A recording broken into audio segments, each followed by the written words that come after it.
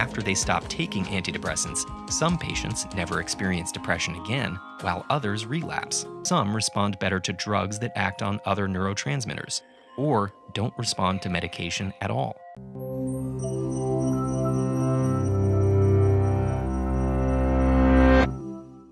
In the 1950s, the discovery of two new drugs sparked what would become a multi-billion-dollar market for antidepressants.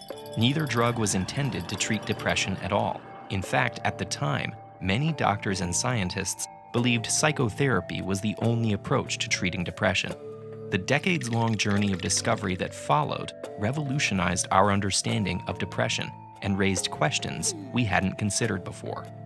One of those first two antidepressant drugs was iproniazid, which was intended to treat tuberculosis.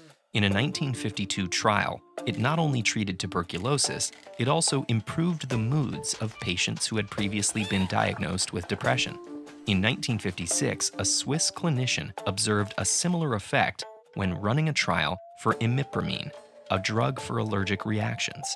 Both drugs affected a class of neurotransmitters called monoamines. The discovery of these antidepressant drugs gave rise to the chemical imbalance theory, the idea that depression is caused by having insufficient monoamines in the brain's synapses.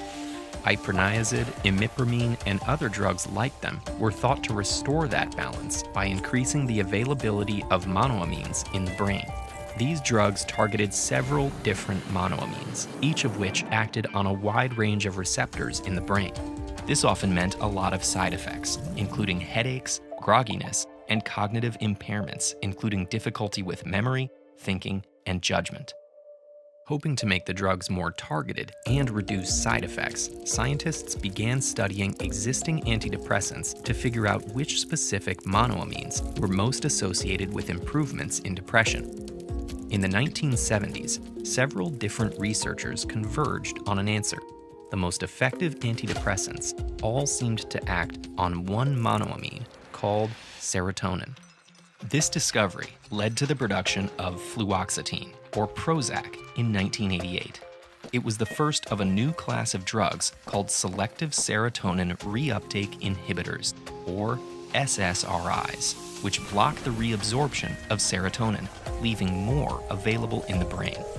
Prozac worked well and had fewer side effects than older, less targeted antidepressants. The makers of Prozac also worked to market the drug by raising awareness of the dangers of depression to both the public and the medical community. More people came to see depression as a disease caused by mechanisms beyond an individual's control, which reduced the culture of blame and stigmatization surrounding depression, and more people sought help. In the 1990s, the number of people being treated for depression skyrocketed. Psychotherapy and other treatments fell by the wayside, and most people were treated solely with antidepressant drugs. Since then, we've developed a more nuanced view of how to treat depression and of what causes it. Not everyone with depression responds to SSRIs like Prozac.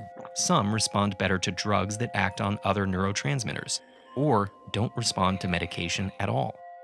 For many, a combination of psychotherapy and antidepressant drugs is more effective than either alone. We're also not sure why antidepressants work the way they do.